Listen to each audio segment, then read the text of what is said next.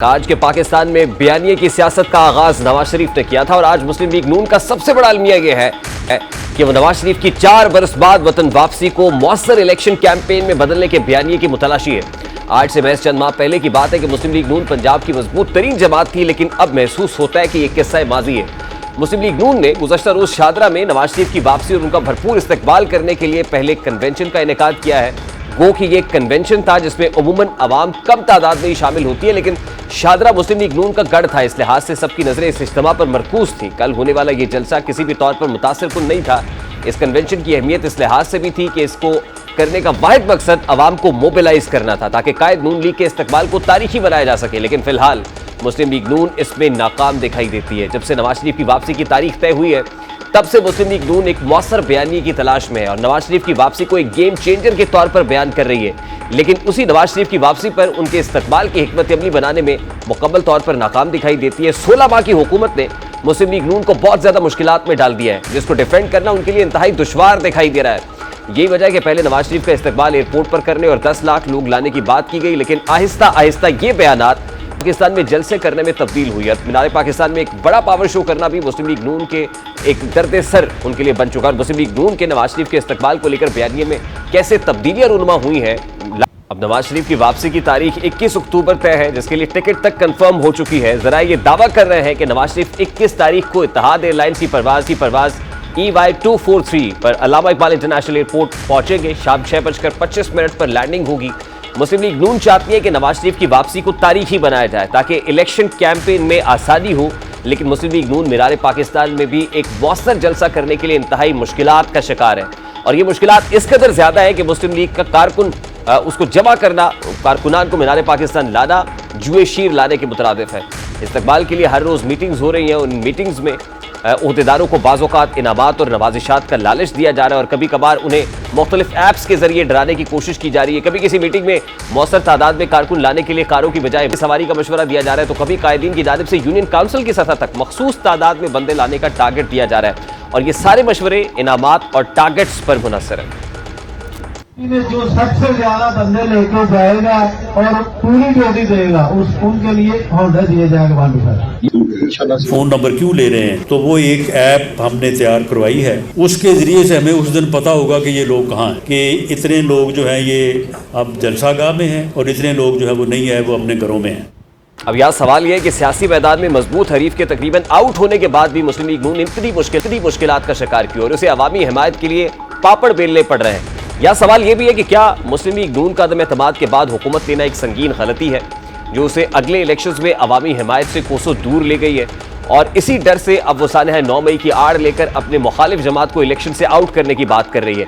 यह सवाल यह भी है कि पाकिस्तानी सियासत में बयानिए की इस्तिलाह मुतारिफ कराने वाली जमात के पास अवाम को कायल करने के लिए कोई मौसर बयानिया क्यों नहीं है और न ही कारकर्दगी बयान करने के लिए कुछ मौजूद है। तो ऐसे में वो अवाम को कैसे कायल करेंगे और कैसे माइल करेंगे कि वो पंडाल तक पहुंचे। मुस्लिम लीग नून इस बयानिए को पहले ही सरेंडर कर चुकी है, जिसने नवाज शरीफ और मरियम नवाज को 2017 से लेकर अब तक ज्यादा रखा और दबाव बख्शा। गुज़श्ता 10 रोज के दौरान मुस्लिम लीग नून की क़यादत की जानिब से एक के बाद एक बयानिया दिया गया, लेकिन अगले ही दिन इस बयानिए से बैकफुट पर आना पड़ा। उनके बयानात हर गुजरते दिन के साथ कैसे बदलते रहे। अब मौजूदा हालात में क्या हकीकत और क्या महज तासुर है, इसका अंदाजा नवाज शरीफ की वापसी के मौके पर इस्तकबाल से ही होगा।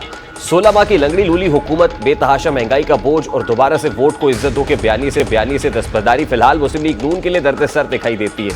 मुस्लिम लीग नून की सियासी तिजोरी में अवाम को देने के लिए क्या बाकी है और नवाज शरीफ अवाम को उम्मीद से यकीन तक कैसे साथ रखते हैं, चंद ही रोज में मालूम हो जाएगा। नवाज शरीफ एयरपोर्ट से सीधा जेल जाएंगे या मीनार पाकिस्तान, ये गुत्थी भी अभी तक सुलझना बाकी है और ये सवाल बार बार केयर टेकर गवर्नमेंट से होता है।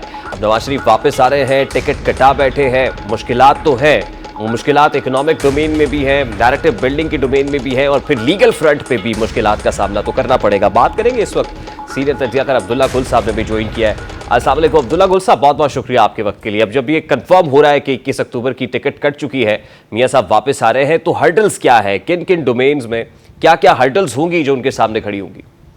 बिस्मिल्लाहिर्रहमानिर्रहीम जी, हर्डल्स तो देखें ना कानूनी तौर पर बहुत ज्यादा हैं। सबसे बड़ी हर्डल तो ये है कि एक तो उनका जो मसला है वो इस्लामाबाद अदालत के साथ है, और इस्लामाबाद अदालत जो है वो ज़ाहिर है वहाँ पेश होने के लिए लाहौर लैंडिंग होगी, तो कानून के मुताबिक तो उनको जो है वो अरेस्ट किया जाएगा, ये एक बहुत बड़ी हर्डल है।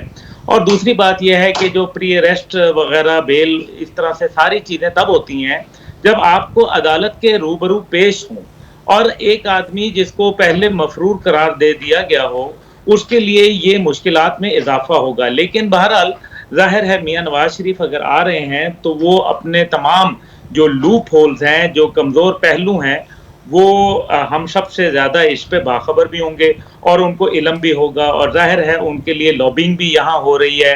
तो मेरा ख्याल है कि उनको एक तो ये मसला है, दूसरा उनका मसला जो है वो ये है कि पंजाब हुकूमत का, क्योंकि वो पंजाब की जुरिस्डिक्शन में आएंगे और साथ ही वो कहते हैं कि जी वहाँ मीनार पाकिस्तान पे जलसा भी होगा, जिसकी बाकायदा आपने देख लिया कि कैंपेन जो है वो मरियम साहिबा और दीगर जो उनके पार्टी के कारकुनान और ओहदेदारान हैं वो चला रहे हैं। ऐसी सूरत के अंदर जो है वो पंजाब हुकूमत के पास दो ऑप्शन हैं, या तो पंजाब हुकूमत उनको अरेस्ट करे या फिर उनके घर को या कोई भी जगह जो है उसको सब जेल करार दे दिया जाए। लेकिन अगर वो जलसागाह जाते हैं तो फिर जलसागाह को तो सब जेल नहीं करार दिया जा सकता। तो मेरा ख्याल है कि इसके अंदर बहुत सारे कानूनी पेचो-खम मौजूद हैं, जो कि मेरे ख्याल में मियां नवाज शरीफ साहब को, और फिर सबसे बढ़कर बात यह है कि वो टिकट भी कटा लें, और जिस तरह से जनवरी के आखिर में इलेक्शन का कहा गया है, तो फिर उस सूरत के अंदर आप ये देखें कि अगर अदालत में मुकदमा उन पे चल रहा है तो फिर वो इलेक्शन कैंपेन कैसे चलाएंगे, क्यों